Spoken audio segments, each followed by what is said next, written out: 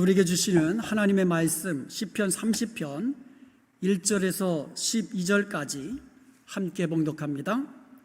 여호와여, 내가 주를 높일 것은 주께서 나를 끌어내사 내 원수로 하여금 나로 말미암아 기뻐하지 못하게 하심이니이다. 여호와 내 하나님이여, 내가 주께 부르짖음에 나를 고치셨나이다. 여호와여, 주께서 내 영혼을 스올에서 끌어내어 나를 살리사 무덤으로 내려가지 아니하게 하셨나이다. 주의 성도들아, 여호와를 찬송하며 그의 거룩함을 기억하며 감사하라. 그의 노염은 잠깐이요 그의 은총은 평생이로다. 저녁에는 울음이 깃들일지라도 아침에는 기쁨이 오리로다. 내가 형통할 때에 말하기를 영원히 흔들리지 아니하리라 하였도다. 여호와여, 주의 은혜로 나를 산같이 굳게 세우셨더니 주의 얼굴을 가리심에 내가 근심하였나이다. 여호와여, 내가 주께 부르짖고 여호와께 간구하기를 내가 무덤에 내려갈 때에 나의 피가 무슨 유익이 있으리요. 진토가 어떻게 주를 찬송하며 주의 진리를 선포하리이까. 여호와여, 들으시고 내게 은혜를 베푸소서. 여호와여, 나를 돕는 자가 되소서 하였나이다. 주께서 나의 슬픔이 변하여 내게 춤이 되게 하시며 나의 베옷을 벗기고 기쁨으로 띠띠우셨나이다. 이는 잠잠하지 아니하고 내 영광으로 주를 찬송하게 하심이니 여호와 나의 하나님이여, 내가 주께 영원히 감사하리이다. 아멘. 여러분, 시편 30편 오늘 말씀이 좀 익숙하지 않으세요? 제가 얼마 전에 맥주 감사 주일날 시편 30편을 가지고 영원한 감사라는 제목으로 말씀을 드렸습니다. 그래서 좀 익숙하실 것입니다. 오늘은 같은 본문을 가지고 체험 신앙이라는 제목으로 하나님께서 우리에게 주신 말씀을 듣겠습니다. 제가 대학교 때에 부전공으로 교육학을 했습니다. 그래서 제가 교생 실습도 했고요, 교원 자격증도 가지고 있습니다. 교육학에서는요, 오래전부터 체험학습이 중요하다는 연구 결과가 나와 있습니다. 단순히 읽기만 한 것은 10%만 기억이 된다 그래요. 그리고 듣는 것은 20%만 기억으로 남고요. 그리고 보기만 한 것은 30%만 기억에 남는다고 합니다. 그런데 듣고 본 것은 50%까지 기억에 남는다고 그래요. 그런데요, 읽고 듣고 그리고 본 것을 내가 직접 말로 하기까지 하면은 무려 70%까지 기억에 남는다고 합니다. 그런데 여기서 더 나아가서요, 내가 말할 뿐만 아니라 직접 내가 행한 거, 내가 직접 해본 것은 90%까지 기억으로 남는다고 합니다. 이와 같은 것들은요, 지식으로 아는 것과 직접 체험함으로 아는 것 사이에 이렇게 차이가 많이 난다는 거예요. 그러니까 체험으로 학습하는 것이 얼마나 중요하다는 것을 우리에게 알려주고 있는 것입니다. 신앙의 영역도 마찬가지예요. 욥은 이렇게 고백합니다. 내가 주께 대하여 귀로 듣기만 하였사오나 이제는 눈으로 주를 배옵나이다. 그러니까 욥이 고난을 겪으면서, 그러니까 자기가 고난을 통해서 하나님을 경험해 나가면서 자기가 스스로 그렇게 고백하는 거예요. 내가 이제는 눈으로 주님을 보는 것 같이 그렇게 주님을 아나이다, 이렇게 고백하는 거예요. 창세기 28장을 보면은요, 야곱이 형 에서의 낯을 피하여서 멀리 떨어진 바단 아람에 사는 외삼촌 라반의 집으로 이렇게 피신을 하려고 이게 급히 서둘러서 도망을 치잖아요. 그러다가 밤에 야곱이 베델이라는 곳에서 꿈에 하나님을 만나게 됩니다. 거기 13절에 보면은요, 하나님이 야곱에게 나는 여호와니 너희의 조부, 그러니까 너희 할아버지 아브라함과 이삭의 하나님이라 이렇게 말씀하셨습니다. 야곱은 15살 때까지 할아버지, 그러니까 믿음의 조상이라고 일컬어지는 아브라함과 함께 있었습니다. 그 이후에는 이삭, 얼마나 믿음의 사람입니까? 그러니까 이삭을 아버지로 두어서 그 이삭으로부터 하나님 여호와에 대해서 알았고 배웠을 것입니다. 그래서 나름대로 야곱은요, 여호와 신앙, 여호와를 믿는 신앙이 있었고 나름대로 하나님을 아는 지식이 있었던 것입니다. 그런데 야곱은 지금 이 베델에서 처음으로 하나님을 직접 만나는 체험을 하게 됩니다. 그리고 나서요, 처음으로 야곱은요, 여기서 아브라함의 하나님, 이삭의 하나님은 곧 나의 하나님이십니다. 나의 하나님이 되실 것입니다. 이렇게 고백을 합니다. 그때부터 야곱의 신앙의 차원이 달라지게 되는 거예요. 이렇게 하나님을 경험하는 것이 우리의 신앙 성장에 있어서 대단히 중요한 역할을 합니다. 오늘 본문 시편 30편은 다윗의 찬양시입니다. 그런데 다윗이 단순히 하나님에 대한 그 지식, 그냥 읽고 듣고 배운 그런 지식을 가지고 하나님을 찬양한 것이 아니에요.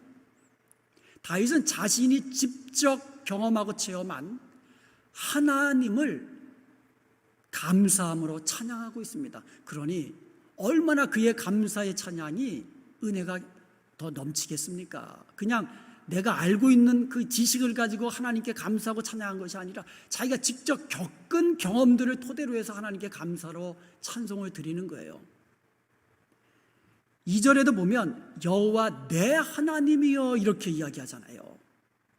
그리고 12절에도 보면 여호와 나의 하나님이여 이렇게 고백하잖아요.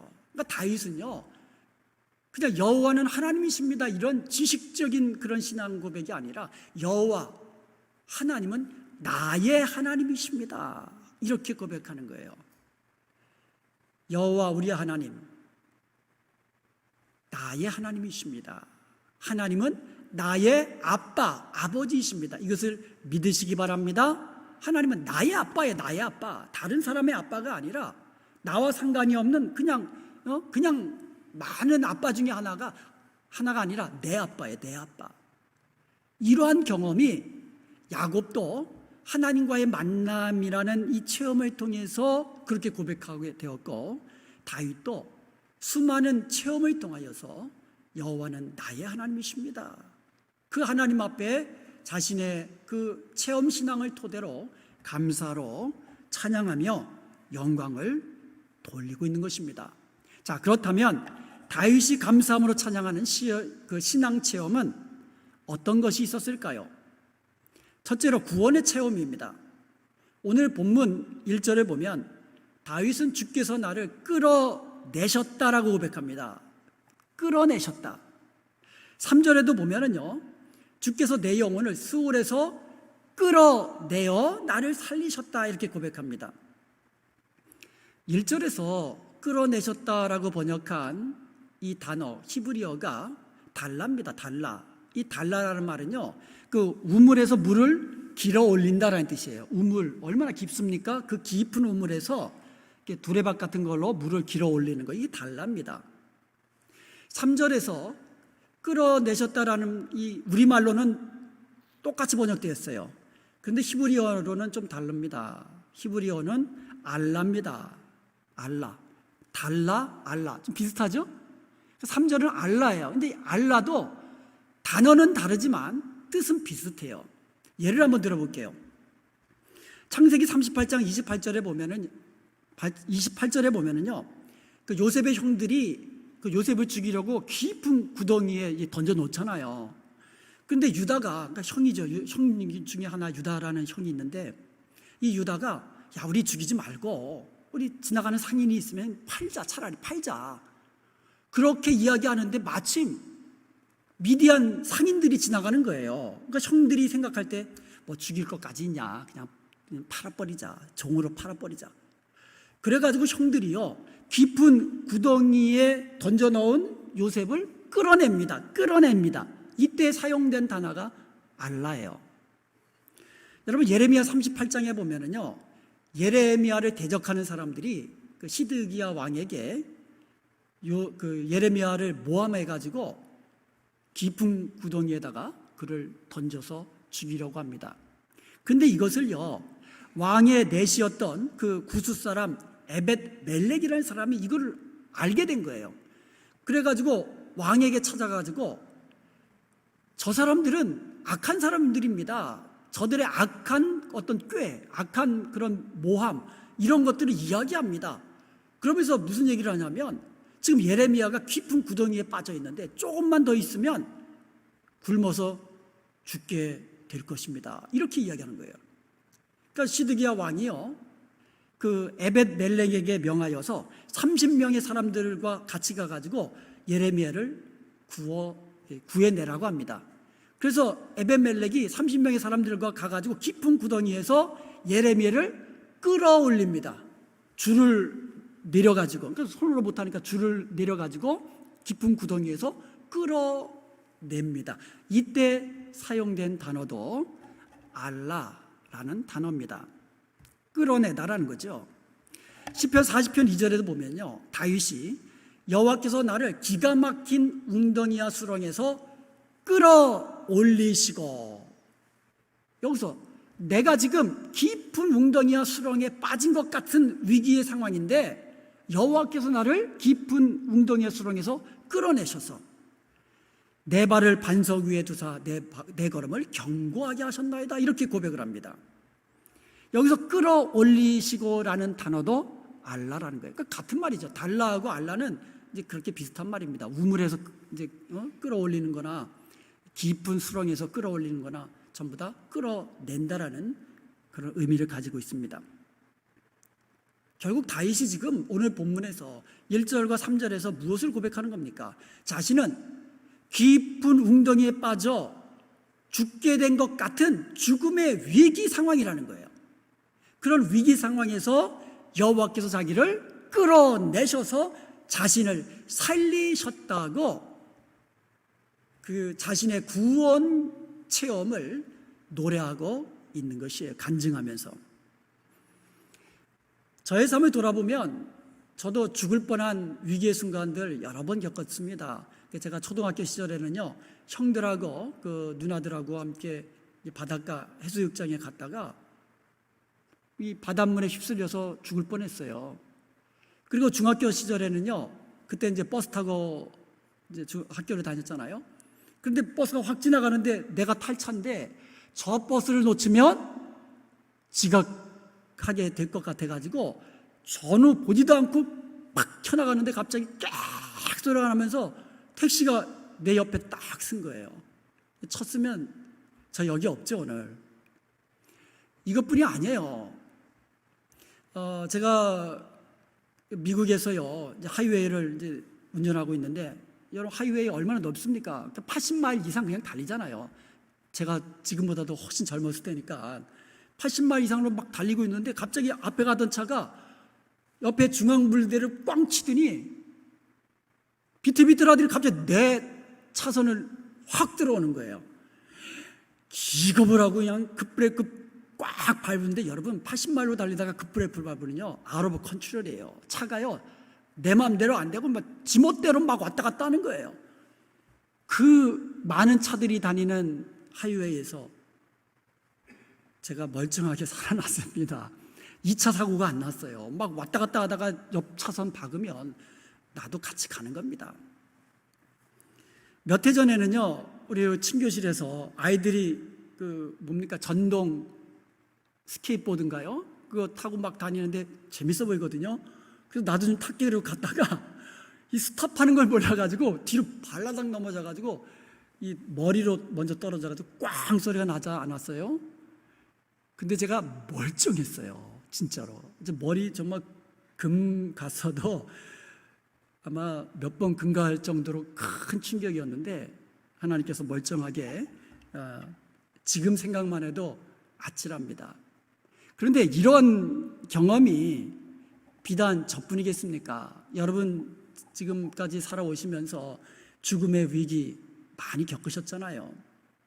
그런데 지금까지 우리가 이렇게 건강하게 그리고 안전하게 지금까지 살아올 수 있는 것 전부 다 하나님의 손이 우리와 함께 하시며 우리를 구원해 주셨던 것을 믿으시기 바랍니다. 둘째로 질병에서 고침받은 체험입니다. 2절에 보면은요, 다윗은 주께서 나를 고치셨나이다 라고 고백을 합니다. 다윗은 어떤 병인지 몰라요. 어떤 병인지는 우리가 알 수는 없지만 아주 중병이에요. 거의 죽을 병입니다. 거의 죽게 됐어요. 거의 무덤까지 내려갔다 그럽니다. 죽음의 문턱까지 갔다가 주께서 자기를 고쳐주셨다라고 그렇게 고백하고 있는 거예요. 병 중에서도요, 암 같은 그 병은요, 얼마나 끈질기게 괴롭힙니까? 그리고 요즘에는요, 원인도 모르는 그와 같은 질병이 너무너무 많습니다. 아픈데 그 질병의 원인을 모르는 거예요. 원인을 모르니까 치료제도 없지요. 이 병이 길어지면 어떻게 됩니까? 몸도 지치고 마음도 지치고 약해집니다. 그리고 우리의 영혼까지도 점점 쇠약해져 가는 거예요. 다윗도요, 자신의 질병 때문에 몸이 약해지고 마음도 약해지고 심지어 영혼까지, 그러니까 스올까지 내려갔다 그랬거든요. 그러니까 주께서 자기를 스올에서 건져냈다는 얘기는 거의 스올에 던져진 것 같은 그런 죽음의 문턱까지 갔다는 거예요. 여러분, 스올이라는 말은 번역하기가 어려워요. 보통 구약에 있는 사람들이요, 하늘 위라는 말을 하잖아요. 하늘 위. 마찬가지로 땅 아래라는 말이 있습니다. 땅 아래. 그게 스올이라는 거예요. 그러니까 죽은 자가 가는 어떤 곳과 같은 그러한 개념으로 스올이라는 걸 써요. 그래서 번역할 수가 없어요, 다른 말로. 그래서 스올이라고 그냥 번역하는 거예요. 영어 성경에도 그냥 스올이라고 번역하고 있어요.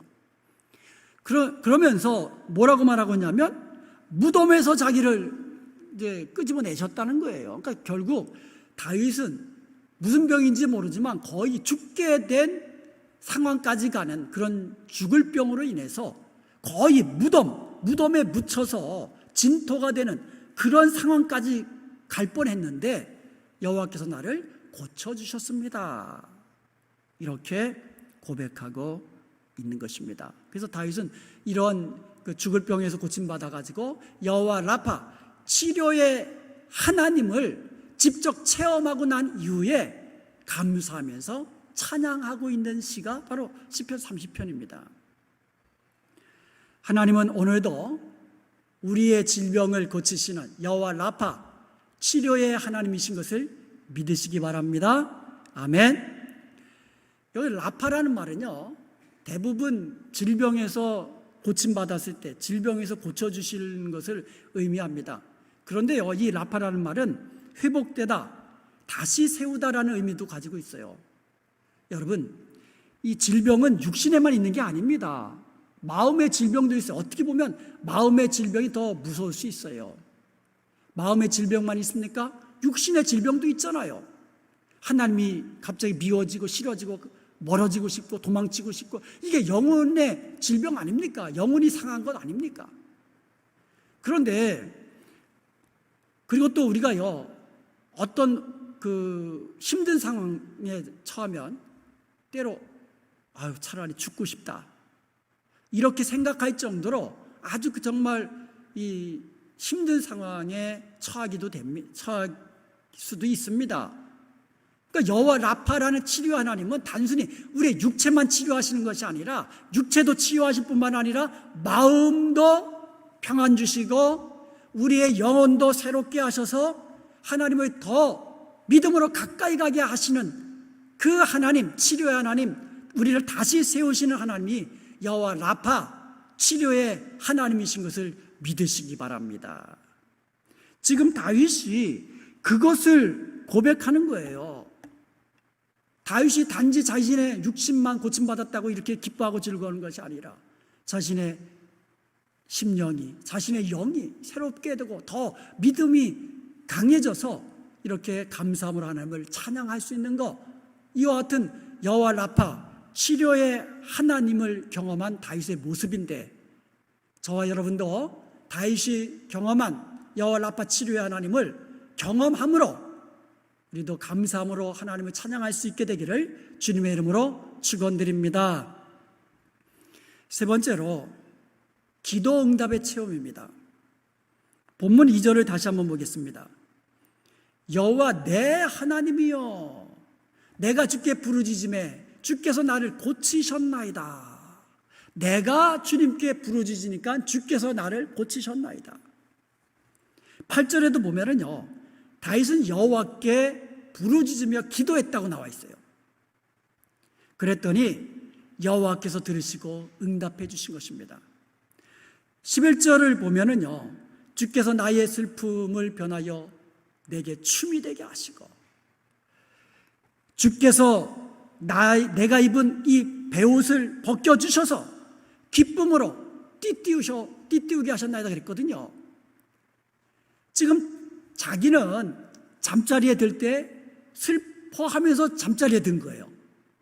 그런데 주님께서는 다음날 내가 일어날 때 기쁨으로 춤추게 하셨다는 거예요. 나는 슬퍼서 우울하고 정말 이 낙심해서 베옷을 입고, 그러니까 베옷은 우리가 장례식장에서 입는 옷이 베옷이잖아요. 슬퍼함의 표현이잖아요.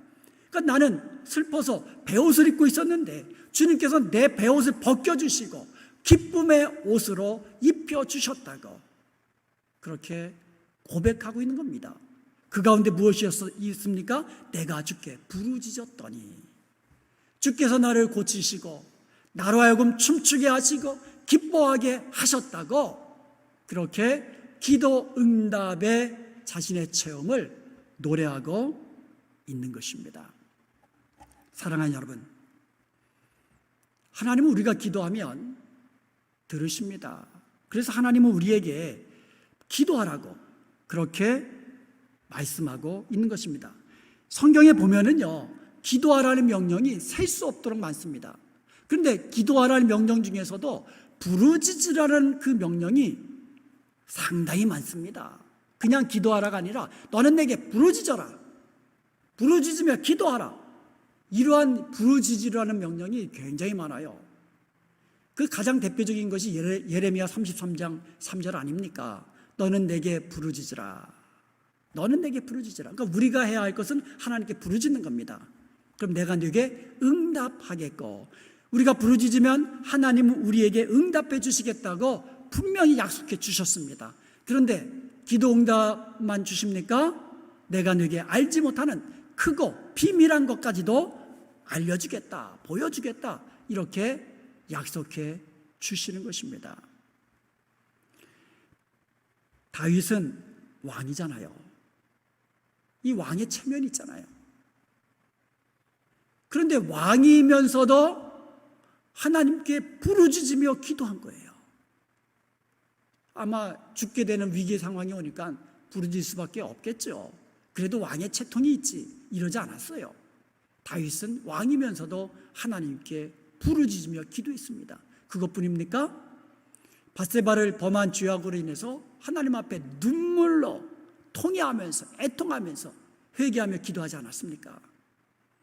그리고 위기의 순간에 그것이 무슨 질병으로 인한 것이든 아니면 그 대적에 의해서 위기의 순간에 빠졌을 때에 기도한 것이든 하여튼 다윗은 위기의 순간에도 하나님의 뜻을 구하며 부르짖으며 기도했던 것입니다. 이제 우리도 다윗처럼 부르짖으며 기도해야 될 줄로 믿습니다. 저희 어머님은요, 기도의 어머님이셨는데요, 특별히 이 부르짖는 기도를 참 잘하셨어요. 저희 어머님은 물론 이제 여의도 순복음교회 권사님이시기도 하셨지만 참 부르짖으며 기도를 많이 하셨어요. 골방에서 부르짖으며 기도하셨어요. 근데 저희 어머님이 생전에 즐겨 읽으시던, 즐겨 묵상하던 구절들이 여러 개 있는데 그 중에 하나가 이사야서 53장 5절 말씀이에요. 실제로 어느 분이 암에 걸리자 매일같이 이사야서 53장 5절의 말씀을 매일같이 쓴 거예요. 그러면서 묵상한 겁니다. 10,000번까지. 그러면서 예수님이 채찍에 맞으심으로 내가 나음을 입었습니다. 아멘. 하나님이 나의 병을 고쳐주시니 감사합니다. 아멘. 그렇게 쓰면서 성경도 묵상하고 믿음으로 고백한 겁니다. 그 결과 그 사람이 질병에서 낫게 된 것을 믿으시기 바랍니다. 오늘 본문 9절에 보면 다윗이 이렇게 하나님께 기도하잖아요. 내가 무덤에 내려갈 때 나의 피가 무슨 유익이 있겠습니까? 그러니까 우리도 기도할 때에 하나님, 내가 이 병으로 죽게 된다고 해서 무슨 유익이 있습니까? 하면서 어린 아이가 떼를 쓰듯이 우리도 기도해야만 합니다. 하나님, 내가 죽는다고 하나님께 무슨 유익이 있습니까? 내 피가 무슨 유익이 있습니까? 내 피 전부 다 내가 죽게 되면 다 말라서 굳게 되고 아무것도 아닌데 한번 떼쓰는 거예요. 그리고 또 다윗은 이야기합니다. 진토가 어떻게 주를 찬송할 수 있겠습니까? 죽어서 진토가 되면 어떻게 주님의 진리를 선포할 수 있겠습니까? 우리도 마찬가지예요. 주님께 부르짖으며 기도할 때에 내가 살아나야 찬송도 하는 거 아니겠습니까?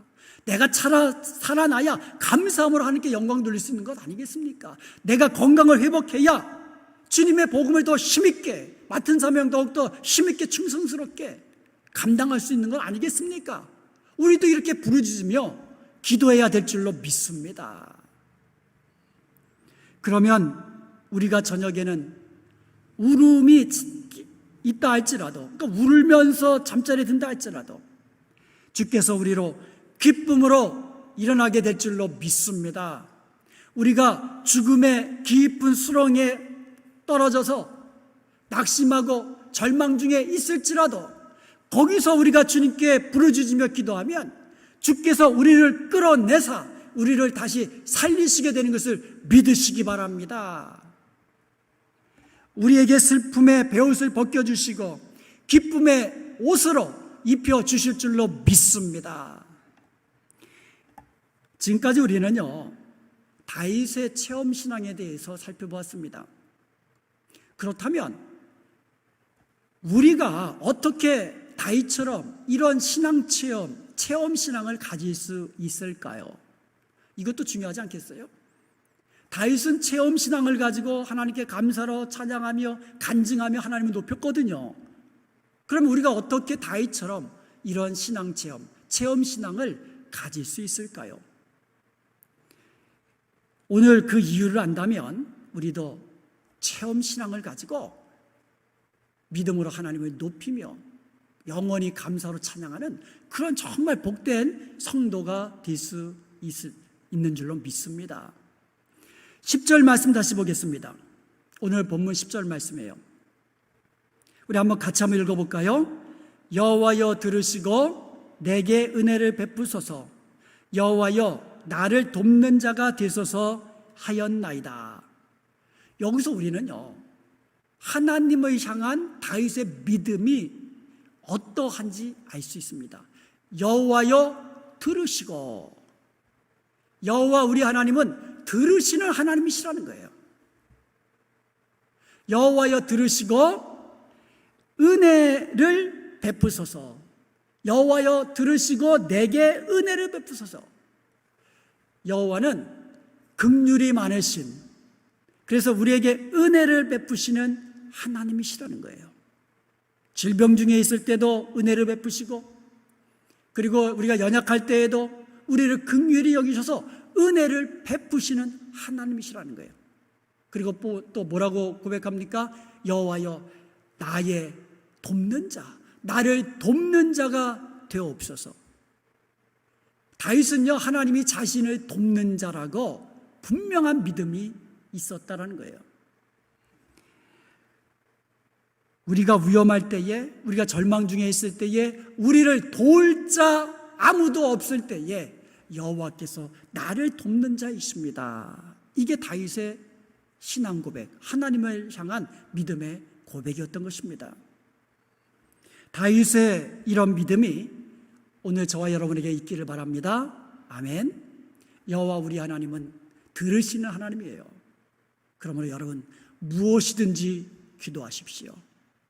믿음으로 기도하십시오. 그러면 주께서 들으시는 것을 믿는다면 기도할 때에 감사함으로 기도하십시오. 여호와 우리 하나님은 들으시는 하나님이십니다. 그리고 여호와는 우리를 긍휼히 여기셔서 우리에게 은혜를 베푸시는 하나님이십니다. 우리가 고난 중에 있을 때, 질병 중에 있을 때 여호와께 은혜를 구하시기 바랍니다. 그리하면 여호와께서 우리를 도와주시고 구해주시고 고쳐주시는 그와 같은 돕는 자 되시는 하나님이신 것을 믿으시기 바랍니다. 이런 믿음이 있을 때 우리는 여호와 하나님을 온전히 신뢰함으로 의지할 수 있게 되는 거예요. 그럴 때에 하나님은 선하시고 인자하심으로 우리에게 다가오시는 것을, 능력으로 행하시는 것을 우리가 경험함으로, 체험함으로 하나님을 알게 되는 줄로 믿습니다.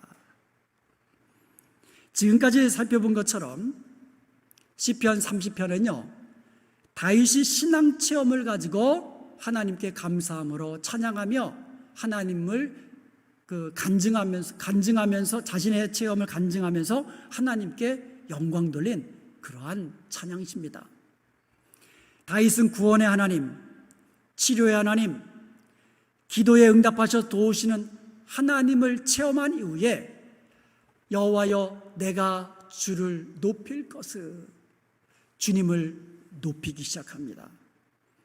그리고 여호와여 하나님이 자신을 영화롭게 하여 싸우니 이제부터 내가 잠잠하지 아니하고 주님을 찬양하겠나이다, 이렇게 고백합니다. 사랑하는 여러분, 우리도 다윗처럼 하나님을 온전히 신뢰하고 의지함으로 크신 하나님을 경험할 수 있기를 바랍니다. 나와 함께 하시며 나를 구원하시는 하나님, 나의 질병을 고치시는 하나님, 그리고 내가 기도하면 응답하시되 더 크고 좋은 것으로 허락하시는 그 하나님을 경험한 이후에 우리도 다윗처럼 감사함으로 하나님을 찬송하며 하나님을 영화롭게 할 수 있기를 바랍니다. 그리고 내가 체험한 그 하나님을 간증하면서 나를 영화롭게 하시고 나를 높여주신 그 하나님의 이름을 많은 사람들에게 간증하며 주의 이름을 증거하며 선포하는 저와 여러분이 되시기를 주님의 이름으로 축원드립니다. 아멘.